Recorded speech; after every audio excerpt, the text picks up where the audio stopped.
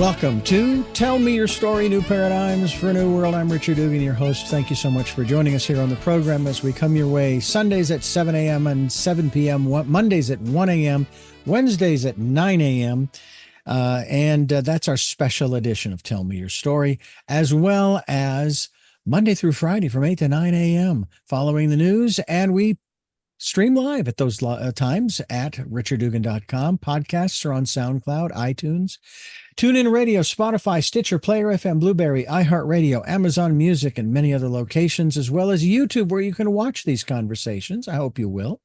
I also hope that you'll subscribe, as well as click notifications so that when I post a new conversation that you will be notified and you'll be able to tune in, listen in, and hopefully be educated and informed and entertained. That's kind of part of what we do here is, try to entertain you, but also bring you information that helps us to move forward as individuals and hopefully, in turn, as a society. We also ask that if you can support the work that we are doing financially, we would be gratefully appreciative. We have a PayPal account. It is there for your security as well as ours. And then we also ask that you put in the email address when they ask who you're sending the support to. It's richard@richarddugan.com. And finally, this is the decade of perfect vision, and we hope that you will take time to spend time going within and listening to that still small voice, which I'm sure we will talk about in our program today.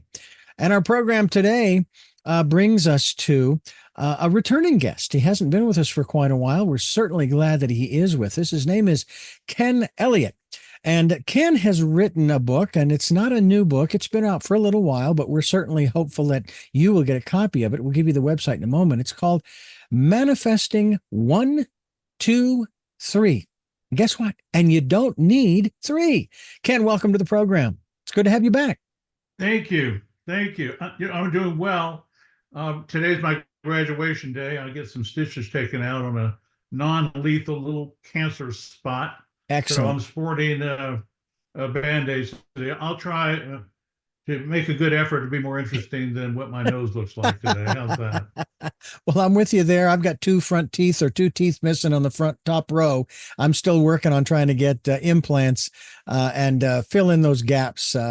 But I've gotten to the point now, like you, it's like, hey, this is just the way it is. Take it or leave it, so to speak. But I'm going to continue to be the person that I am without allowing that to get in the way.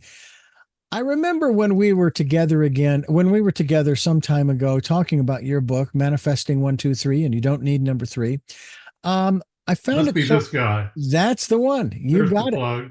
Absolutely. As they say, a shameless plug. And we appreciate that. We were talking, of course, about this whole aspect, going through those steps, which we can, and we will.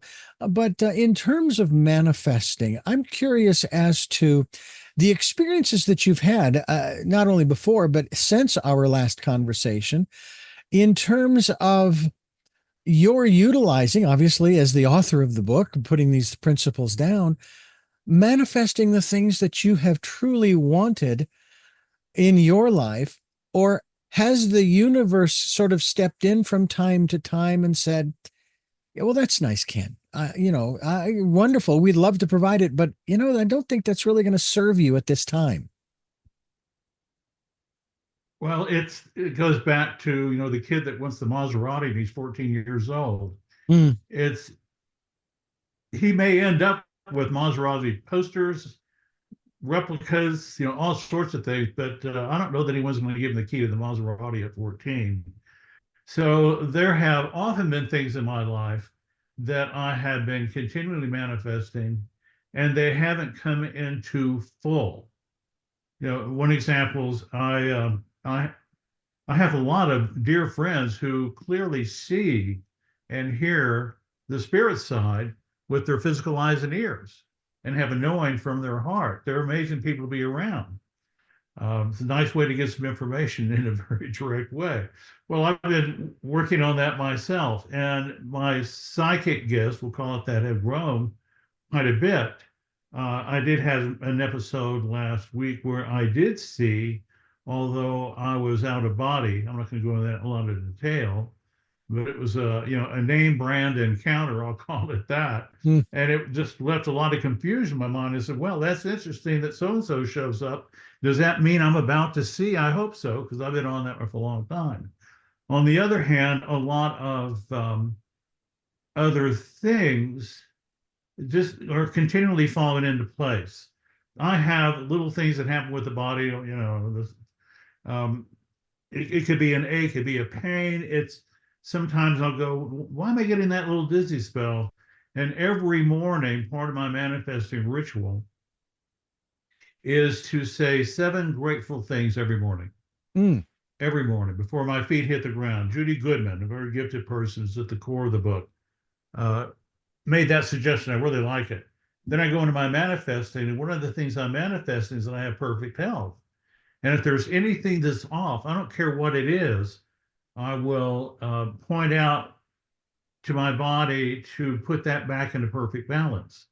And I get that a lot. Now, I have not cured my own cancer. The doctor took that little thing out. I haven't had tremendously large physical challenges.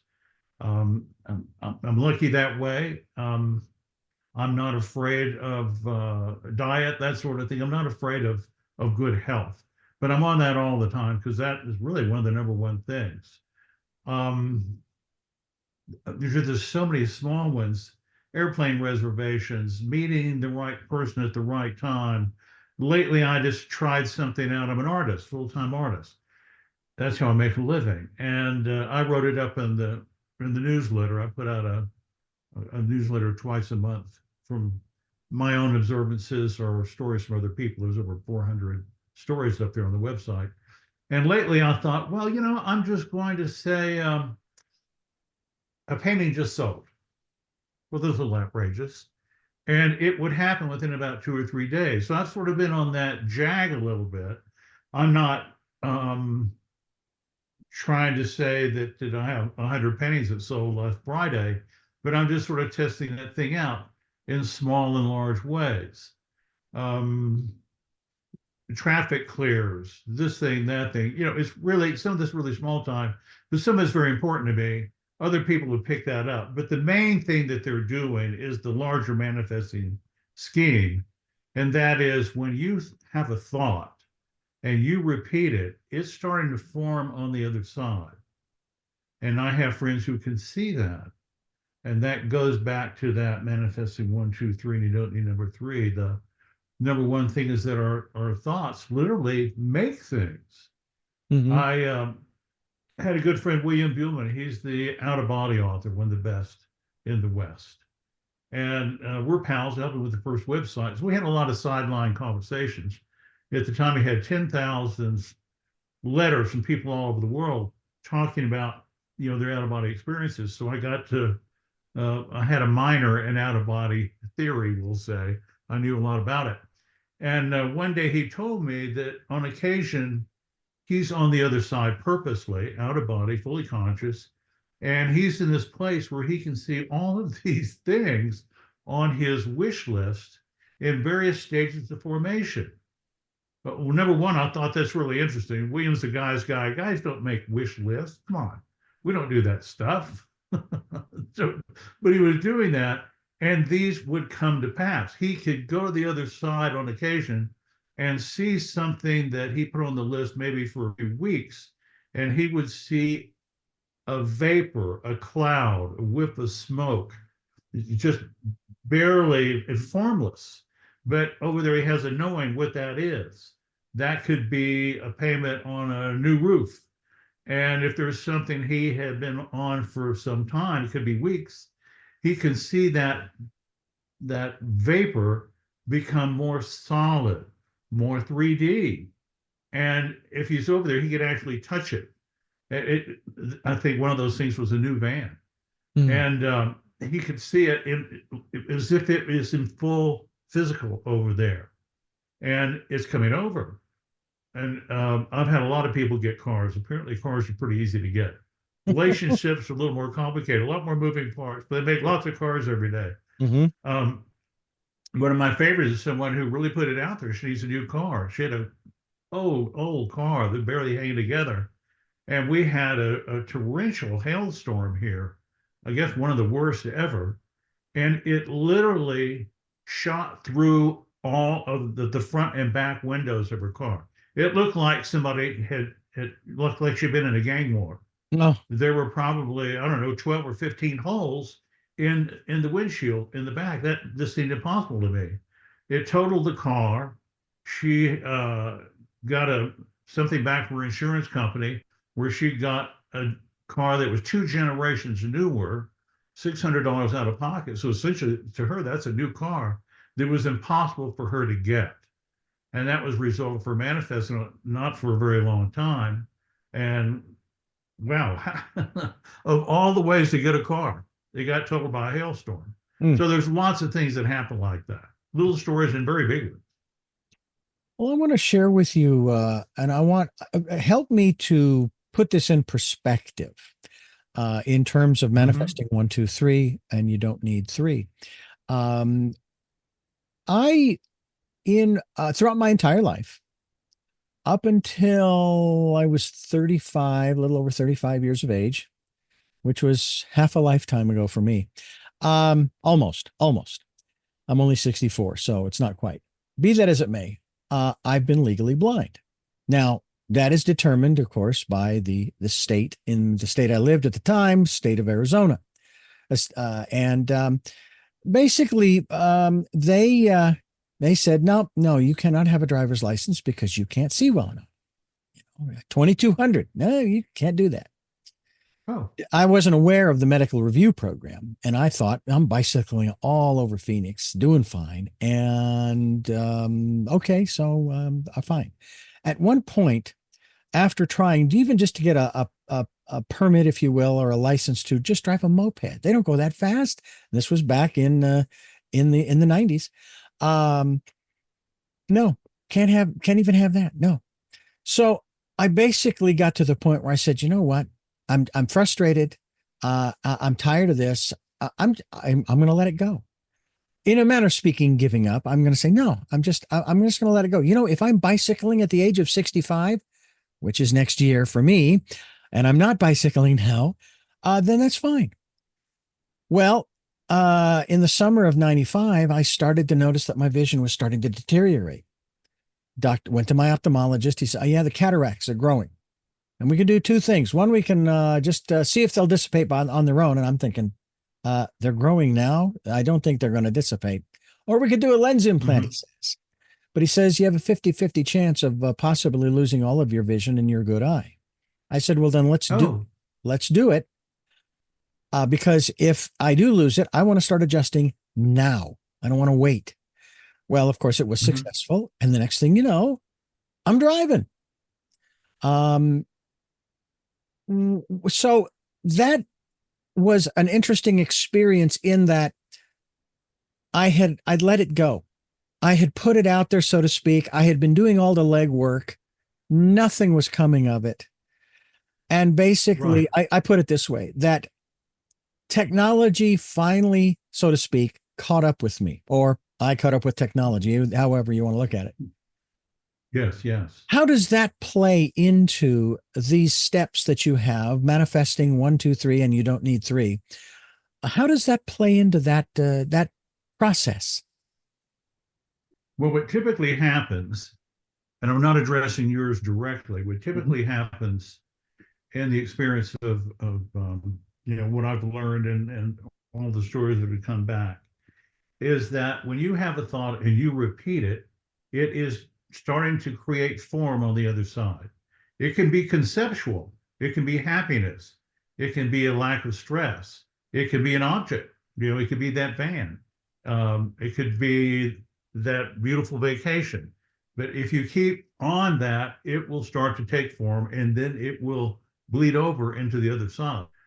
When if my friend saw the van, he knew it was coming over, didn't know how it was going to happen. In your case, you were actually on that for a while.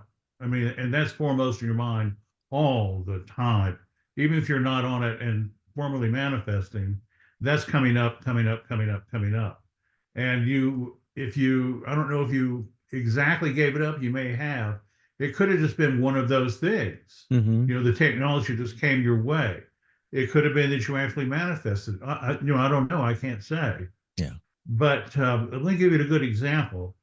When after I talked with William Buhlman, he told me this thing about going to this place and he can see everything on his wish list taking form. I called Judy Goodman. She's at the core of this book. Judy's on the other side every night. She's fully, she hates the word psychic, but she's fully psychic. She sees all the time with her physical eyes and ears. And she's on the other side at night. So 24/7, she's in the physical and non-physical realm. So, well, at least when she's sleeping, she's all in the non-physical realm. So she has a lot of wisdom, a lot of experience. She can check out things. And I called Judy right away. I said, I just talked with William. He told me about this things forming up like smoke, and he puts them on a wish list. And what is all this stuff? Is this true? She said, yeah.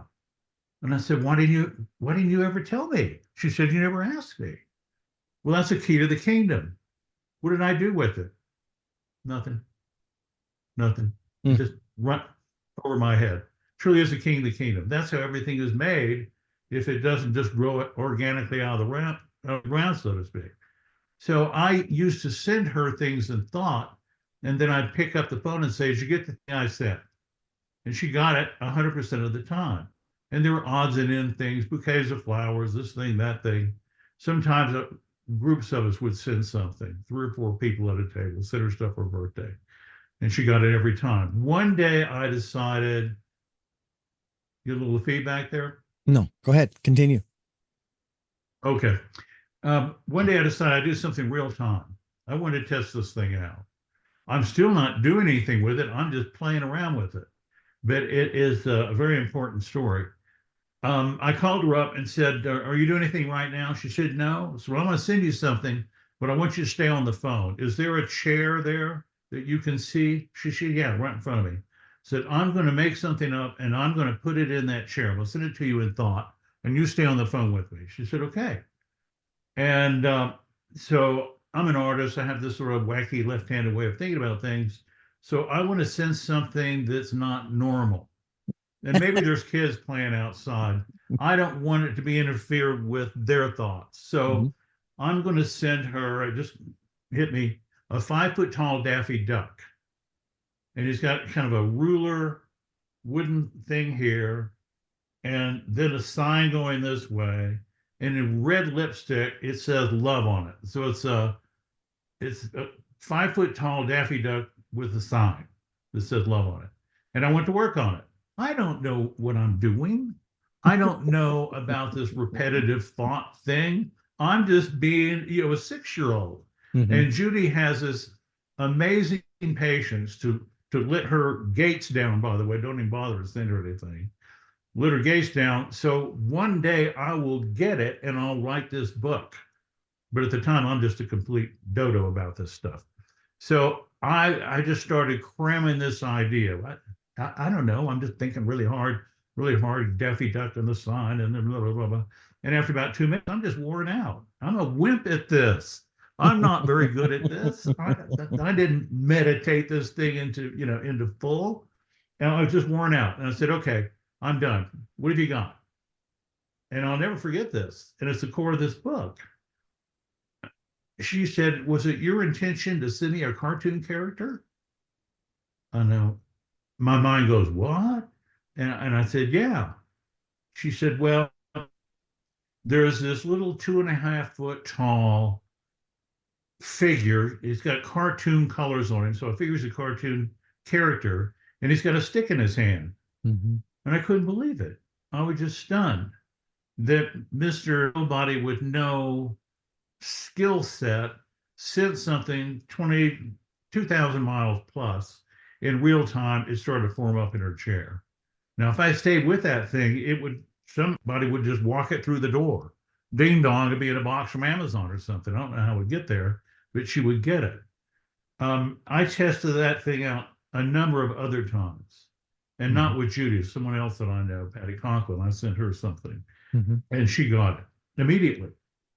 So I kept playing the game, and then one day it hit me. Wait a minute, maybe this is useful.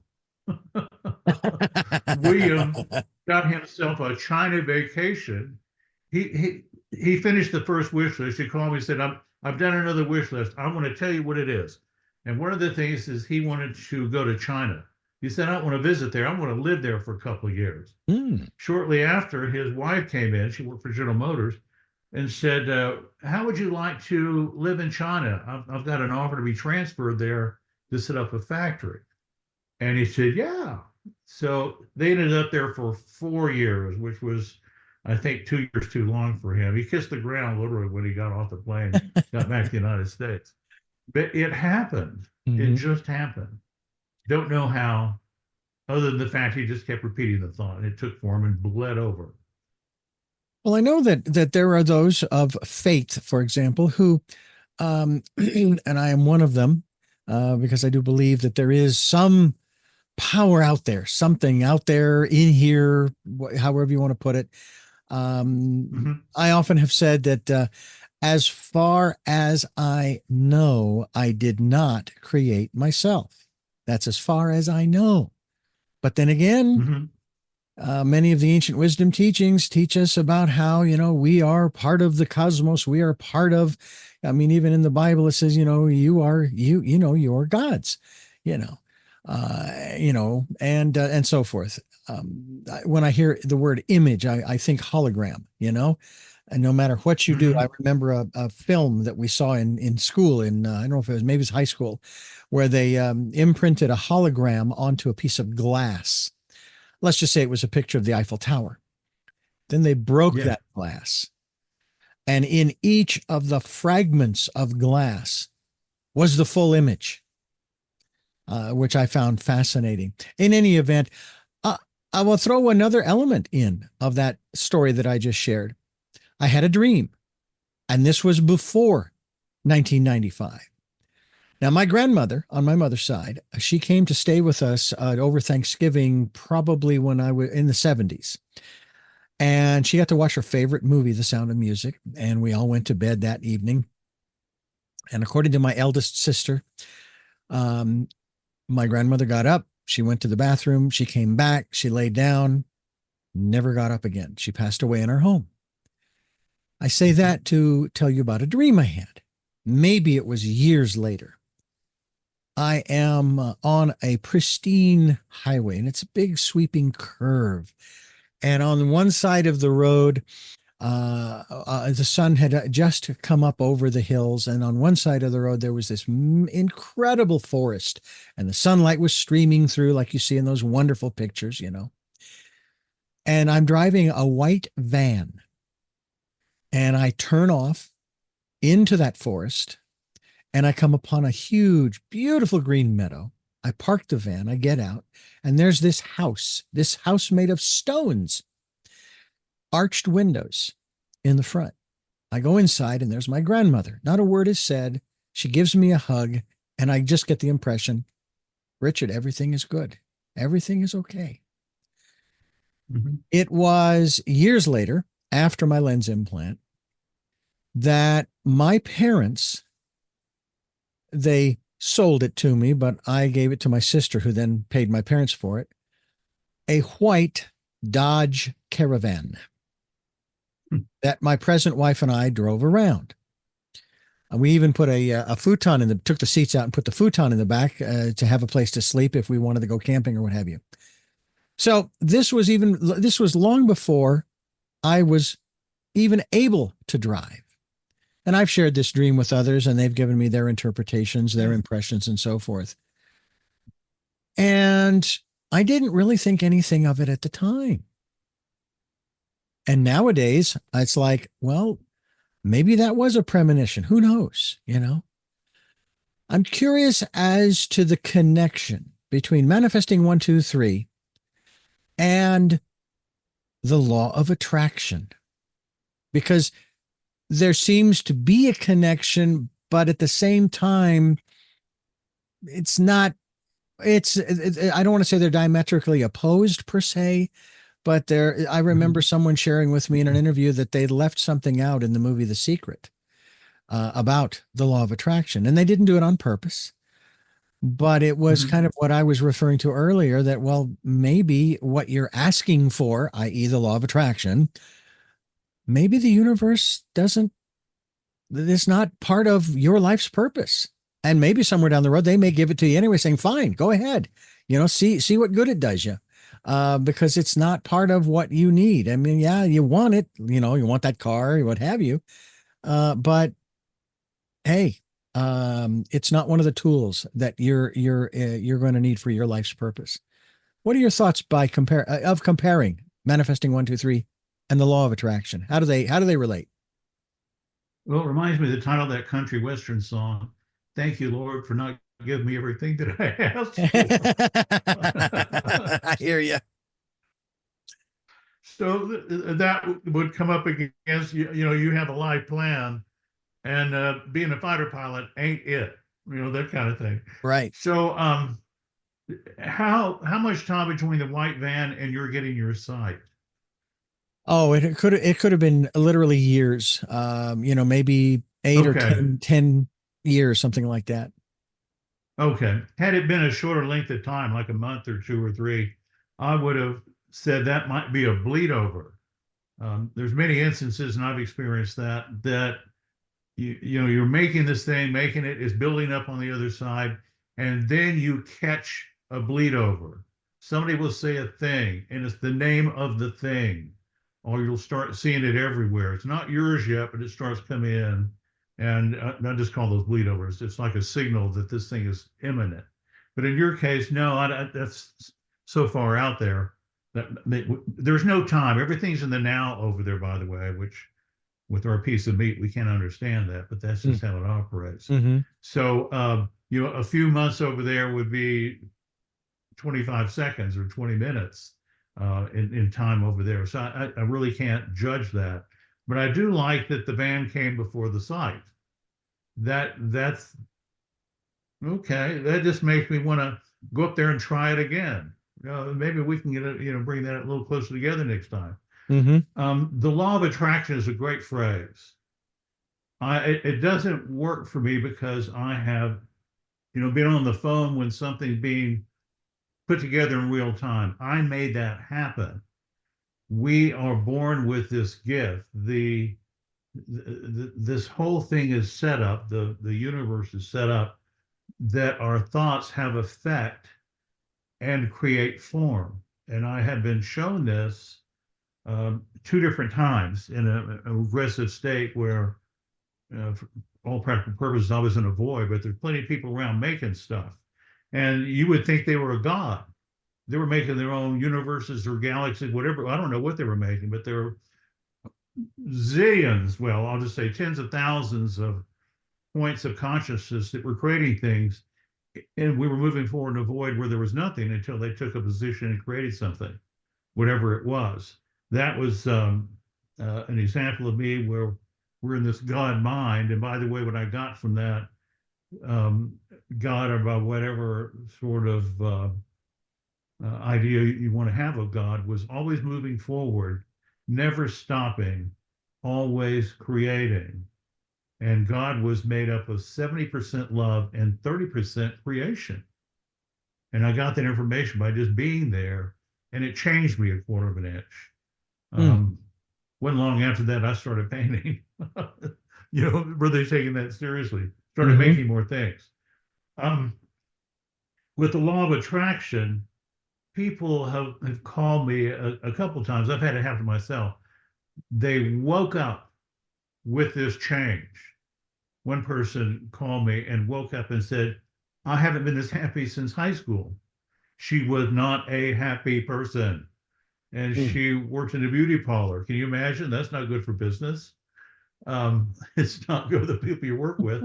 And we had a session the day before, and I said a prayer for her.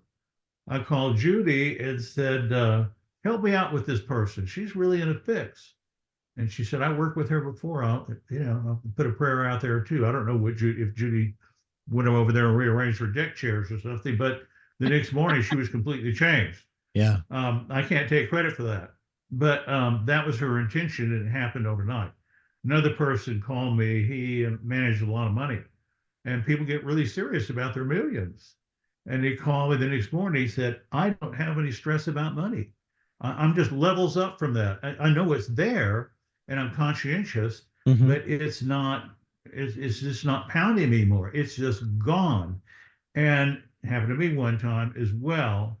I woke up, took a few steps into the kitchen, and just slapped the kitchen counter and said, "I'm never going to be lonely again. I get it. I know how those people go through life and be that way." And I said the same thing those other two people said, just like it was off a script. And I know it's permanent. Mm. I know it's permanent. Was I lonely? No. But people get in the partner search and this and that. So it's in your head, like your vision. It's in the Mm-hmm. background. Mm-hmm. And I didn't want to be bothered by that. I want to do what I'm here to do. I didn't want to be burdened by that. And just enjoy life as it comes. So that was interesting for me to have the same experience as two other people. We woke up with it. There was no law of attraction. It didn't come through the mail slot. We woke up with it. It's something we put out there, and it was delivered. Mm-hmm. Mm. There was no package. There was no receipt. There was no check in the mail. Is that the law of attraction? Okay, we can bend that around and say it is. Whatever works for you, where you think that there's some sort of positive outcome to thinking about something, I'm for it. I'm for people manifesting all sorts of ways. Now, you can go after that perfect career. I hate the word job.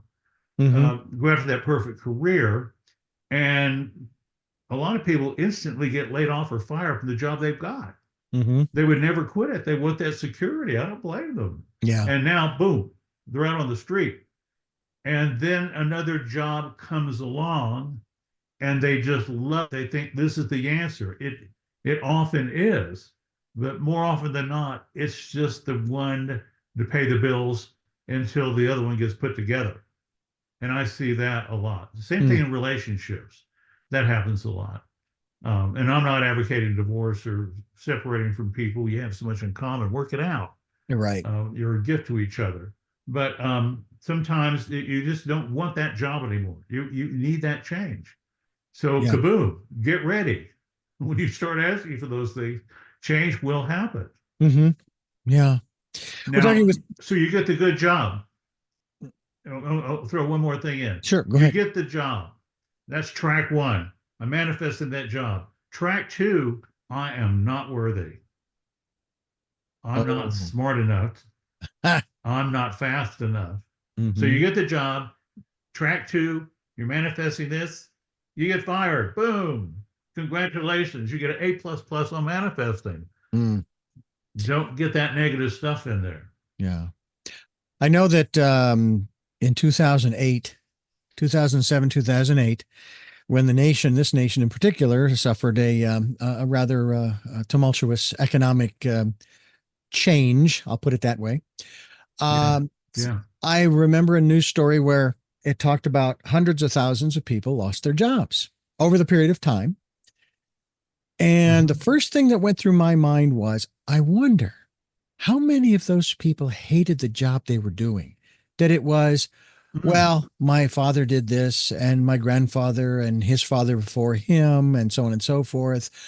This is the family business, whatever the reason why they went into it. They're not in it anymore because there is no more job. And that was the first thing that went through my mind. And then the next thing that happened was that there was what is called an entrepreneurial explosion. There were people who started doing stuff they had never done before, but that they had always wanted to. And so the loss of the job was actually, but it's in hindsight, a blessing, because it allowed them, it gave them, quote unquote, the freedom to pursue something that they really wanted to do. Maybe their life's purpose. We are talking with Ken Elliot and his book, Manifesting 123, and you don't need number 3 here on Tell Me Your Story. I'm Richard Dugan, your host. It is really a pleasure to have Ken back. He is, among other things, of course, an author, but also an artist. And I'm sure you have speaking engagements and all of that that goes along with the work that you do, whether it be, let's say, via the internet, or sometimes maybe now that we're through the processes, if you will, of the last 4 years, going in person and so forth. And it's really nice to have you. You mentioned this particular person a number of times already in the program, so I want to find out more, because you talked about how integral she was in this book.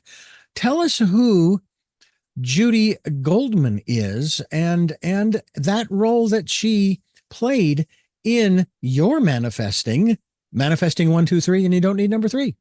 All right. Well, I'll start with William Buhlman, Buhlman. And you can find him online. He has a number of books.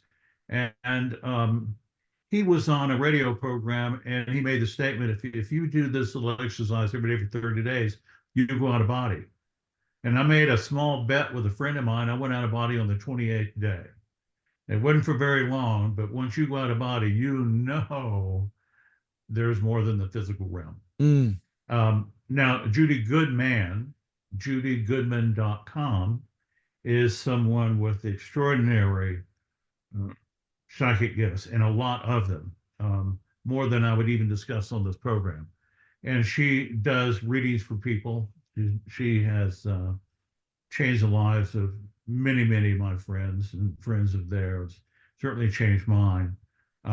Someone who's very, very wise and a lot of fun, but has, great access to, the big view of things.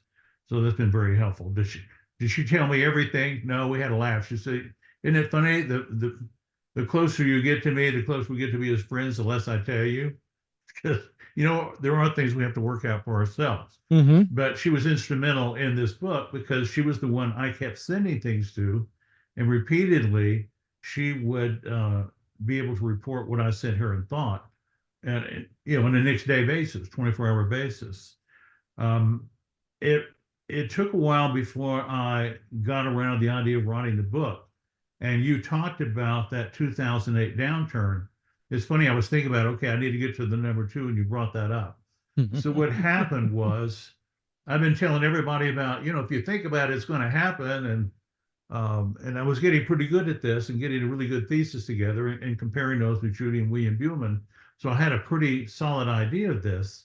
But there was this other thing about fear. You're unworthy, or you can't have this, or it's impossible to do this, or I don't have the money for it, I don't have the gift for it, whatever it was, we would get in the way. It's fear. This is love or fear universe. And your thoughts just make things.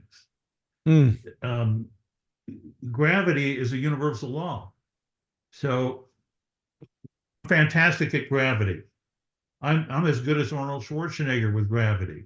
It's just a natural law. Yeah. The thoughts just make stuff. They just make stuff. Anything. When I look at the Manhattan skyline, I'm just thinking, oh my God, that's just zillions and zillions of man hours of thought coming out of the ground. That's how that stuff starts. It didn't happen organically. They don't have skyscraper seeds. It's thought. So there's the downturn. A friend of mine calls me. She's the #1 real estate agent in this area. And she said, you need to do something with this manifesting thing. I'm going through my savings. There's no end to how bad this real estate business is getting. You need to do something, okay? And she got off the phone, and I'm just sitting there stunned. Well, she's afraid. Everybody's afraid. There's a lot of afraid going on. Yeah. And I'm thinking of sports analogies. Swing through the ball. Visualize a hole in one. All that guy stuff. And it wasn't working. It wasn't the answer. And I just went blank. And I was given this. It was just a download. I didn't hear it. It was just there. And it was, I want to get it exactly right. Take action on your worries. What does that mean? Take action on your fear, I think, or something. Yeah. And I just waited, and so they had to come back like a 3-year-old. Well, this is what it really means, Ken. And so what it is, um, I I don't know anyone who can successfully say, well, don't worry about it. Mm-hmm. That gangrene on your leg, don't worry about it. It's going to be okay. Well, it really hurts. That little thing on my nose. I'm going to go see a doctor. I'm just not going to wish it away. We have medical uh, alternatives. So take action on that worry. So it's the job. You don't like the job. So you're going to take action on that. I'm going to start looking at other job opportunities. I'm going to call a mentor in that area or a business mentor. I'm going to start manifesting in a positive way that this problem is taken care of. I have a list. Check, check, check. I'm going to make some calls. I can't get them all done in one day, but at the end of the day, if I have these 7 things I can take action on, maybe I've done 2 or 3. It's 10:30 at night. No, I can't call anybody. I'm tired. I'm going to go to bed and not give it fear. I've done everything I can do on that job thing. I'm going to get a good night's sleep, go back into work, and when I get home, I'm going to work on this thing some more. And I'm going to take action on those worries. It's very effective because I'll just put it this way. I can't afford to say, wow, none of my works are going to sell. I'm a fraud. I'm not a very good artist. They're going to find out about me and nothing's going to happen. I won't have any income stream. No, I can't carry that stuff around. I'm manifesting positive things. Yeah. That I have a good, vital career and it just gets better all the time. And that's what happens. Interesting. I had just an experience just recently, and this happens more often than I care to think about, and so I don't think about it. But there are those, specifically in this country, in this state where I live, California, I'm sure in Colorado as well, and in the town in which I live, who are, for lack of a better phrase, for lack of a better word, they are preppers. They are pessimists. They believe that the government's going to crumble, the economic system's going to crumble, on and on. And I have to tell you that I was shocked when, from my own mother, who is extremely optimistic, I remember telling her a story about what was going on, and it wasn't a great story. I mean, it wasn't it was sort of on the negative side. Oh, this is happening and that's happening. And she said, stop. I don't want to hear it. I don't want to hear it. Now, if you want to call and get some advice, that's fine, but I don't want to hear the story. And yet from my own mother came the words, you might want to set aside some money and so forth, because, there's something coming. She didn't specify what it was. Nobody ever does, but she says something's coming and so forth. So you might want to prepare. And I'm going, when people start doing that, for example, talking about, okay, I wonder how many of our neighbors have guns, because I'm hoping that they'll be there to protect us. And I think we have plenty of food in the fridge and in the pantry and so on and so forth. We may want to stock up and da-da-da-da. And I'm just sitting here thinking, really? Because I'm a believer in the principle, Ken, the principle that Jesus spoke about in the New Testament, where he spoke about the lilies of the field. He said, let tomorrow worry about tomorrow. You were created, and again, this is going on this particular philosophy. You were created by a loving being who cares about you. And if this loving being cares about you so that much, and yet he has these flowers, these lilies grow, and they are beautiful when they're there, and then all of a sudden, after a while, they shrivel up and they die and they go back into the earth and so forth. How much more will he take care of you? And so when I hear people, and the birds of the field, Yeah, and the birds of the field. And I go, and you people of fate, you're buying into this pessimism? I don't understand. There's a contradiction in your thought process that on the one hand, yeah, I believe in God. Yeah, absolutely. I believe blah blah blah blah blah. I love whether it's war or sporting events, where God's on our side. God can't be on both of your sides if God was on anybody's side, okay? And I don't know. I don't know if that's even real. That's happening, but I don't like. I can't. I don't even want to respond to stuff like that because sometimes it is a Yeah, I question. can't. Oh, so what do you think I should do? What do you think we should do? What do you think should? Nothing. I'm not going to do because first of all, I don't know. I'm hoping I live to be 100, Ken. I don't know about you, but I would like to live to be 100, maybe more, because In good health. In good yeah, health. yes, absolutely, in good health. Yes. That's what I want to Yes. manifest. Um, Okay. and I don't know what's stamped on my departure ticket. I know what the arrival ticket stamp is, June 26, 1960, at 3:17 in the morning. But since I can't, yeah, I can't control or I can't know when the departure is, I'm just going to do what I need to do, love the people around me, take care of myself, and do the things that I was put here to do. And Mhm. like it says, I'm going to let tomorrow worry about itself. Do you feel that Yes. that aspect, and I'm gonna put it in a broader on a broader label, a single word. Do you think that it is that kind of fear that is keeping the majority of people from actually being able to manifest in their lives the things that they want, that the universe wants to give them, but they're blocking it because of the fear?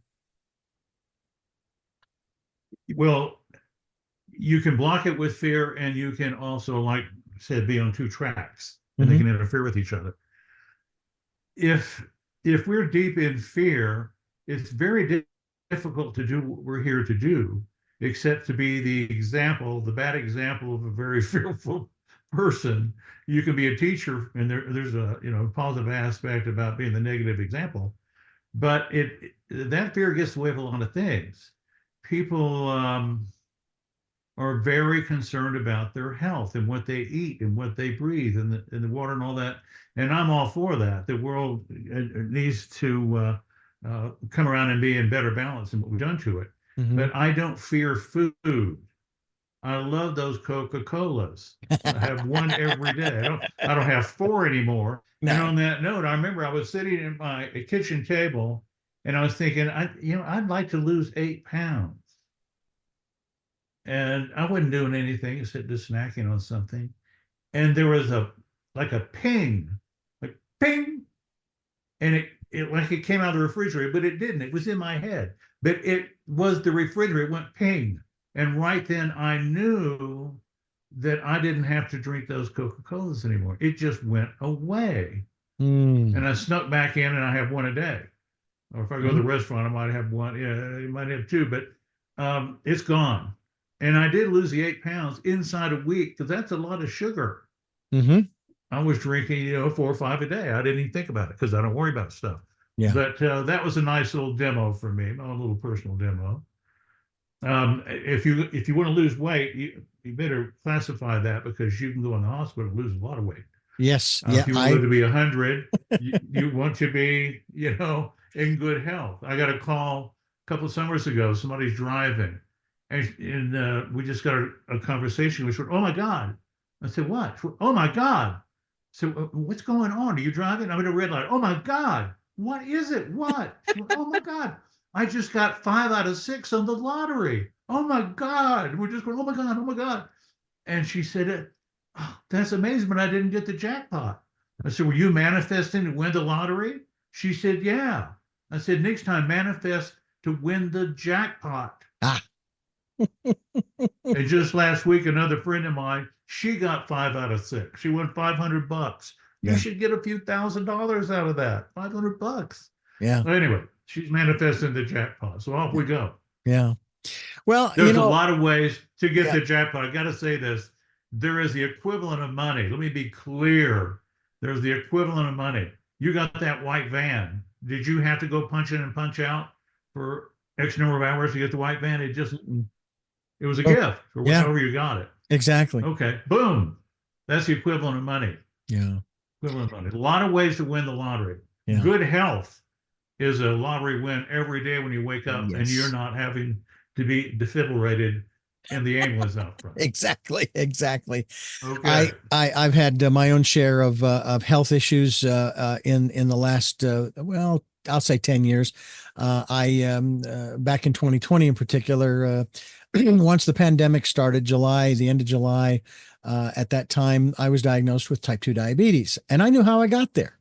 It was the pandemic. Now, no, it wasn't COVID that caused the diabetes. It was that we all went Yeah. to comfort foods, which contain carbs and sugars. And of course, carbs turn to sugar. So I immediately turned it around, Yeah. and I got my Love this blood stuff. sugar. Yeah. Yeah, I got my blood sugar back to normal in a month and a half. In a month and a half. Wow. Yeah. Then Wow. the next year, the next July, I was in the hospital to have my gallbladder removed because it was infected, and I had a golf ball sized gallstone. And it was happening around I think it was that year, 2021. It must have been the Winter Games. It was the Olympics were going on. That's what I know. And so I would jokingly tell people, say, "Oh yeah, yeah, I won a gold medal in the Olympics." And they said, "What?" I said, "Yeah, in the gallbladder clean and jerk." And and by the way, with the diabetes, when I went in to weigh myself, I was around 180, sometimes 190. I was down to Yeah. 152. 152. Okay, that was my weight. Wow. I think I'm only Okay. 5'9", 5'10", something like that. And then the following year, I had put on some of that weight, and the hospital bed is also a scale at the hospital I was in. And so I got out of the Oh, bed, and they recalibrated it, and I got back in, and I was 174. And just recently, I've been re-diagnosed with type 2, and I've been monitoring my weight, and I was down around 160, 165. Well, I am now okay. back with blood sugar normal. I am now back to I'm hovering around 180, which is perfect. I have no problem with that. Wow. Uh, That's so marvelous. yeah, I do This not. is not a Coca-Cola plug. I'm having No, no, more. no. You're talking about your health benefit. There we go. Yeah. Well, sodas were my nemesis. Sodas were my nemesis, and I switched to something that has no sugar in it. It does have a sweetener, but it's better than, and I'm taking small steps because people say, well, yeah, but you're drinking it out of plastic. I said, would you give me credit for getting off the sodas first, please? All right. Just stop it. I'm making a difference in my Thank, life. thank you. You Yeah. know, Let's not fear plastic. And I'll get to, it's I'll get like a to the, mushroom cloud. yeah, I'll get to Yeah. the plastic thing later. Okay. I'll get to that eventually. Anyway, this is very interesting. Ken Elliott's my guest here on the program. We're talking about manifesting 1, 2, 3, and you don't need number 3 here on Tell Me Your Story. I'm Richard Dugan, and it's always fun to talk with Ken. We've talked a lot on the phone over the last couple of years, and of course, one of these days, Ken, I swear, we're in the process of upgrading from the travel trailer that we have to one of those self-contained 20 to 24 foot RVs, not the bus kind of thing, but the smaller type with the truck. Yes. And, Right. we had the trailer, and we actually went out in 2019 of all years. In November, we went up to an RV park called Yosemite RVs or something like that, just outside Yosemite Park. And we were there for a few days. It was Mm-hmm. really wonderful. Snow on the ground. It was fantastic. And then that Christmas, Mm. we took it to Phoenix to visit my family, and then we went up to Sedona where we got more snow, which was wonderful as well. So we've taken a few adventures, and I want to take more, but I would like to have something that's self-contained, so we don't need anything to pull it. But one of the things, and we'll get out to Colorado. I think that would be a lot of fun to drive out there. There are a lot of places I haven't seen in this country. I've been to Ireland, you know, Please do. you know.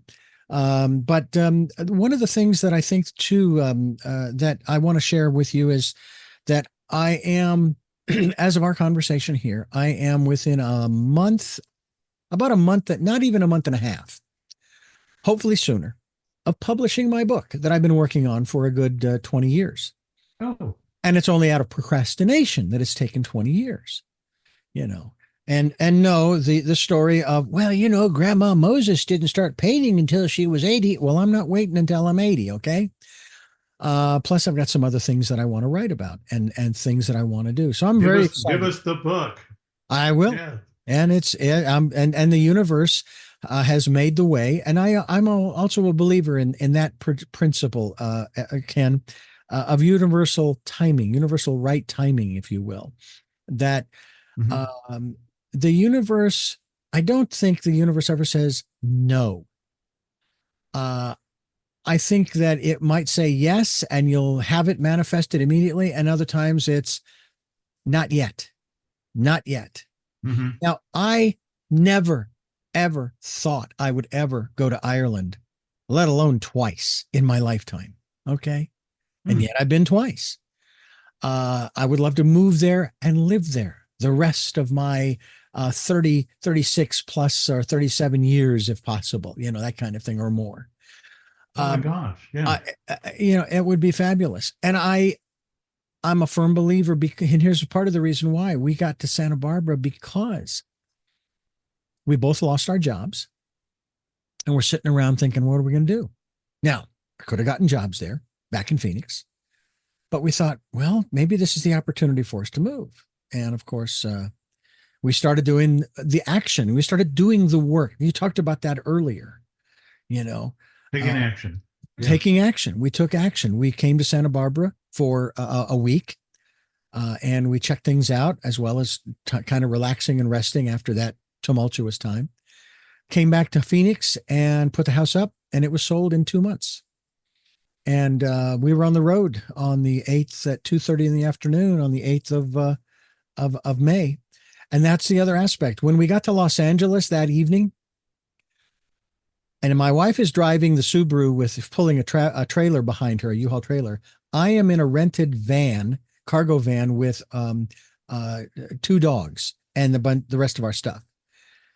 And all of a sudden, as I am driving along in Los Angeles on the freeway, I'm looking around going, I'm driving in LA traffic. So not, it wasn't in my plan, because I had released that saying, hey, whatever, Yes. I got better things to do. I had people at the religious station, Ken, who wanted to heal my vision. They wanted to heal it. I was born Yes. this way. There wasn't really anything to heal. And I actually, and I know this is contrary, I declined. I said, no, I mean, I can't stop you from praying for me. And I would never do that. But I'm not here to be healed. I'm here to do what I'm here to do. And that is to help you and do this and that. I'm not here to be healed. Now, the creator knows where I am. Well, Yeah. I would just jump in and say, well, I Sure, would hope please. you would have perfect health, however Yeah. it happens. Yeah. However it happens. So I'm excited. Manifesting 1, 2, 3, and you don't need number 3. Can we talk about the first step? What is number 1? Number one is that you get a thought and repeat it. If you want to go to Paris, you can visualize that you're at the cafe, and you're right there on the street, and you can see it and you can smell it and drink the coffee, and you're just in Paris. And you do that over and over and over, and it will start to form Paris. William Buhlman started to form China. So what did it look like? He said that smoky stuff started to form Chinese architecture. I knew it was building, that it was going to happen. And his wife said, you want to transfer to China? So that's one way to do it. A lot of what I do is in the chair. And here's a very big feature, a huge bonus for manifesting. Your thoughts can create the future. I remember a conversation with William, and we're talking about manifesting it and his wish list and the forms that he sees showing up. And I said, I saw a thing with Andy Dooley. Andy Dooley, who great manifesting guy, he talked about the future, put your scene in the future. And I remember William hit the table really hard, just slapped him. He said, oh my God, of course. I've been doing that. I didn't know it. Yes, our thoughts can build the future. So a lot of what I do, I'm just sitting in a comfortable chair, or I can be in the car, but I declare that I'm in my future. I do it right now. I just took a breath in my future. That's a weird feeling. And the birds are in my future out there chirping outside. I'm in my future now. And in my future, I have perfect health. My number one, have perfect health physically, mentally, emotionally, spiritually. And here's the add-on, I'm so grateful. Mm-hmm. Gratitude is a magnifier. So if I can be in the future and see all of this, or I can just imagine I'm in the future at the end of the day, and I declare that I don't have financial concerns. Mm-hmm. I'm in the chair of my future. I look around, I don't have financial concerns, and I am so grateful. That's like putting the big kaboom on it. So that's the power of that. And the gratitude is a huge add-on. That's the turbocharger. And saying 7 grateful things before your feet hit the ground in the morning is another big thing, because it clears the field of our junk. Yeah. It helps us to get out of that fear mode or worry about that stuff. I'm going to offer, you can't afford to worry about your health because of what you're eating, or worry about running out of money or this thing or that thing. Don't let your thoughts make that, because it merely will make so-called good things so-called bad things. Mm-hmm. So that's the number one part. The number two is managing fear. I don't have a clever way to tell you, don't worry about it, but take action on those fears. Yeah. And that's all you can do at the end of the day. You didn't get the whole list, but I made some calls. I've looked at other job opportunities. I've got a meeting with a mentor tomorrow, and that's it. I'm going to go to bed. I'm tired. Can't think about this anymore. I've done everything I could do. Get a good night's sleep. The number three, and you don't need number three, you don't have to go into this manifesting thing where you visualize yourself in the future, or you imagine you're in the future sitting comfortably in your living room. You don't have to put on your Superman or your Supergirl suit. You don't have to get into some kind of etheric zone. You don't have to have a series of magic elixirs and the scents in the room. You don't have to sage every square corner of the place where you're imagining your stuff. Mm-hmm. You can do it in the car. You can do it anywhere in the house, even inappropriate places, we would say.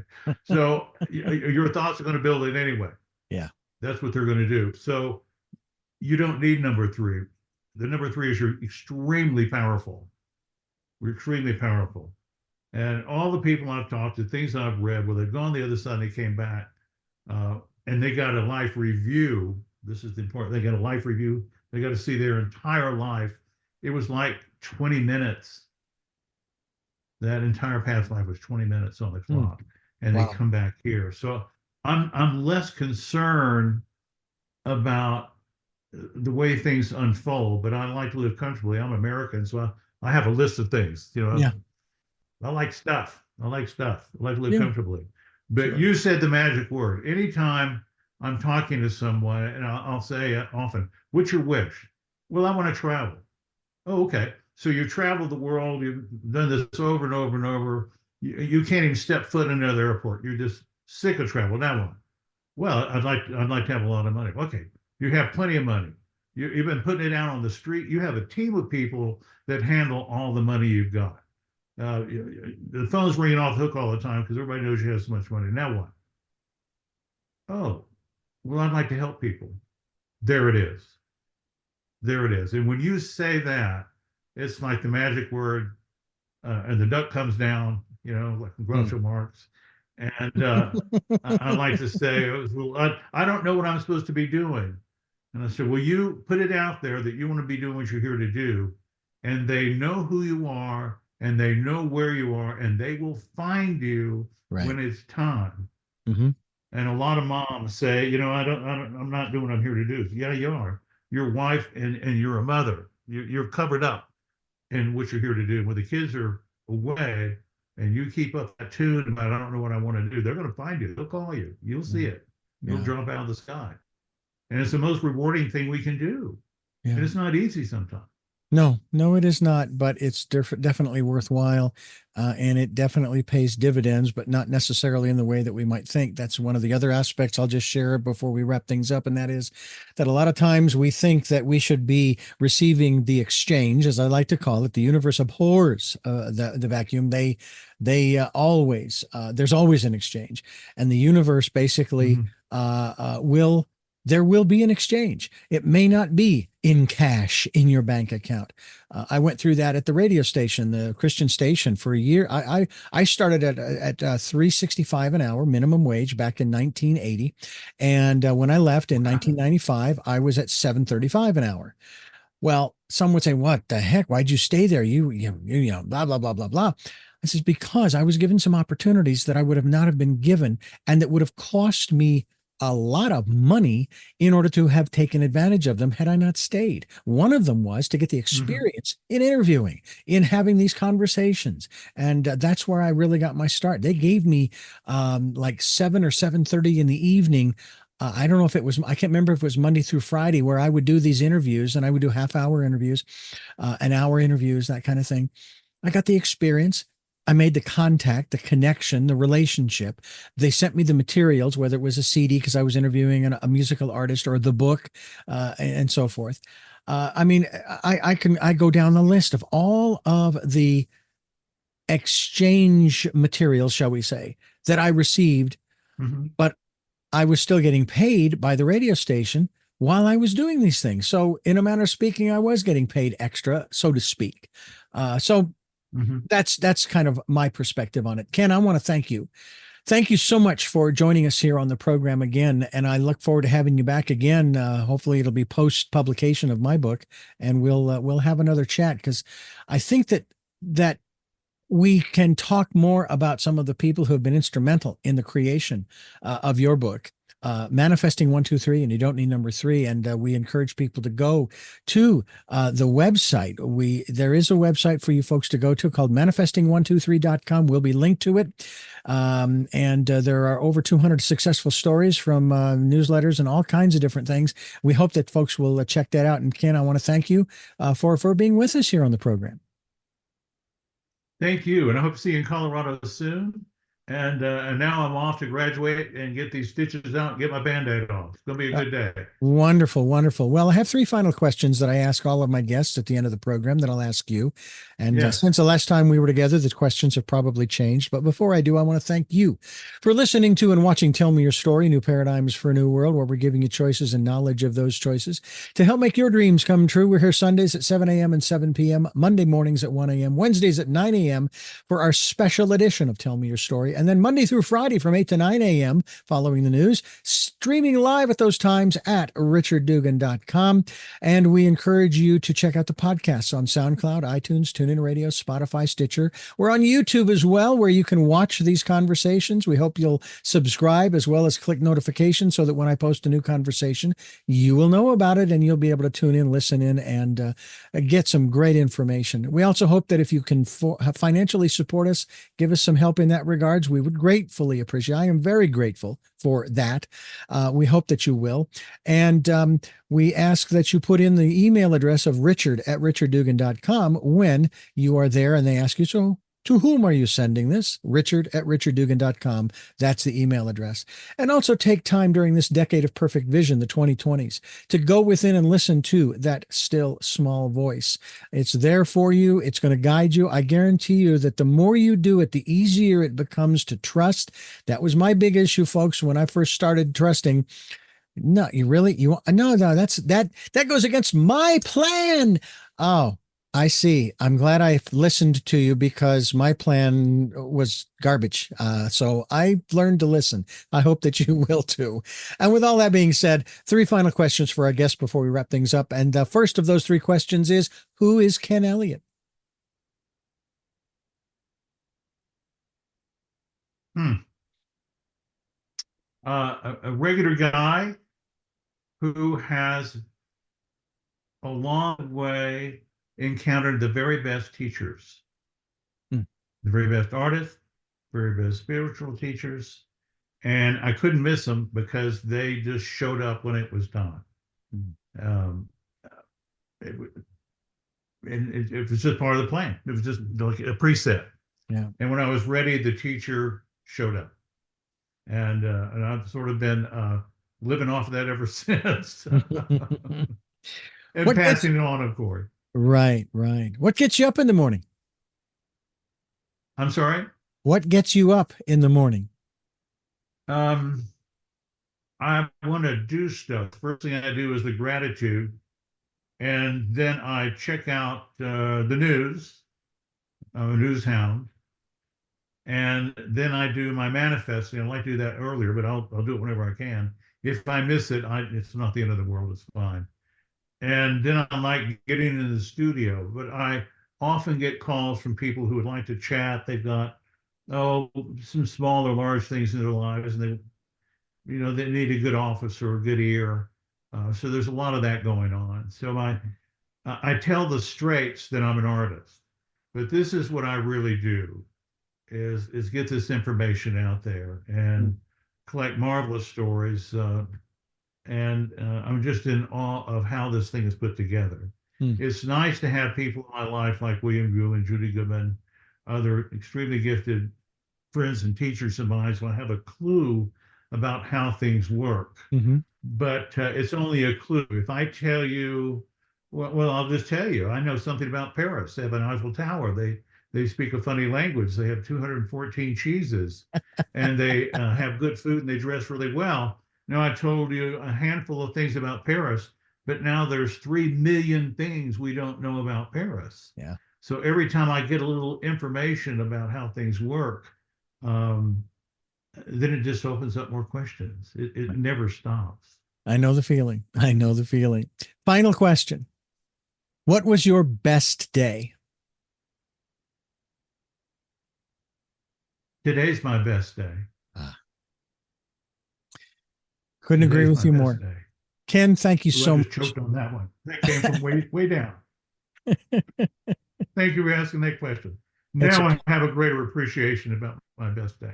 Absolutely. Once again, thank you for joining us, and thank you for joining us, listening to and watching Tell Me Your Story. And until our next broadcast, podcast, videocast, love to law. Jeanette, I am still listening. Dad, continue to be happy, because I am. Smokey, I will see you on the other side. And to my dear friend Zorro, aho, aho.